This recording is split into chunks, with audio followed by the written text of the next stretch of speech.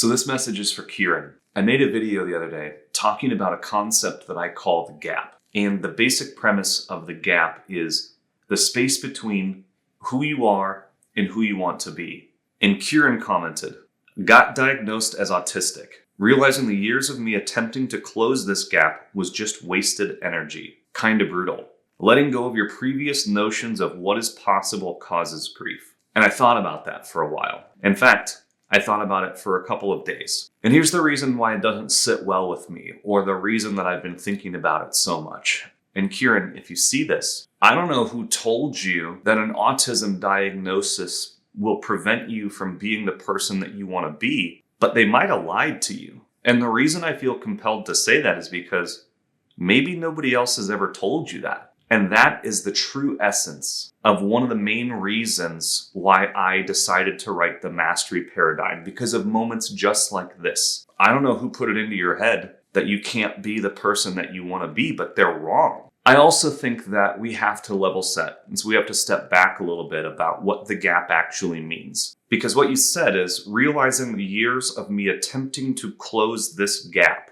Well, first we have to agree on what the gap is. I think the easiest way to do that is with this. So if we illustrate the gap, we have the person that you are and the person that you want to be. And this is the gap. And so what you're saying is, this is the person that I am today. And I can't become this person because I was diagnosed with autism. I think there's two things wrong with this statement. First is that a diagnosis doesn't change the person that you want to become. Now, it might limit the degree to which you could become that person, but it doesn't mean you can't still strive to become that person. But I also think there's a point of alignment that we're missing, which is, this is what people think the gap is. They think the gap is between who they are and who they want to be. But there's actually a much different gap. And it's this person here, which is the person that you could be. See, oftentimes we're aiming for this person, or the person that we think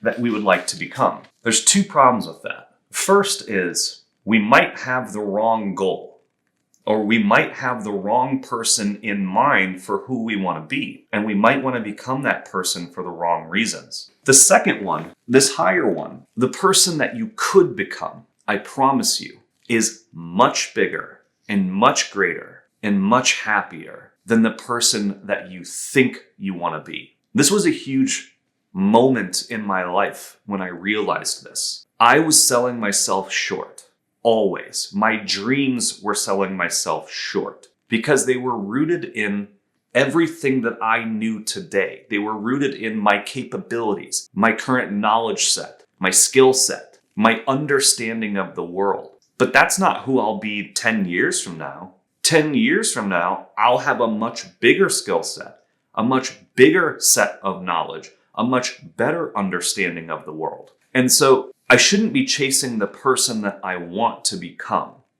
That's the wrong aim. I should be chasing the person that I could become if I were lucky to become them. There's no guarantee in this, and you can't even define who that might be, because it's built on a set of circumstances that you don't yet know. But this is our mission in life, to become closest to the version of the best possible version of ourself. And there's a simple way to approach it. Forget about what that might be. Forget about what that person's job is, or where they live, or the type of car that they drive. And think about what that person would do on an everyday basis. It doesn't matter what they have. It matters what they do, the actions they take, the person that they are. And you can imagine that today. It's something as simple as walking by the unfolded laundry. The best version of you knows that it should be put away, but you choose not to do it. And so becoming one step closer to the person that you could become, if you listen to that voice in your head about all the things you know you should do, is to just take the first step and put the laundry away. Because it might not make you $1 million, but at least it gets you one step closer to the person that you see in your mind. And that, Kieren, I think is why your comment stuck with me so much. Because your autism diagnosis has nothing to do with who you could be. It might change who you thought you wanted to be, but that's okay because you might have been thinking of the wrong person or the wrong version of yourself. And so the years spent trying to close that gap weren't wasted. Somebody just convinced you that you were wasting your time along the way. And that might have been the devil. I don't think it was wasted time, and I don't think you should give up. I don't think that you should be grieving the person that you thought you could become, because the answer is you can still become them. So pick it back up. Try again tomorrow. Sit down and write who that person is, not who you want to be, but who you could possibly become if you lived every day to your fullest potential. That, my friend, is the gap.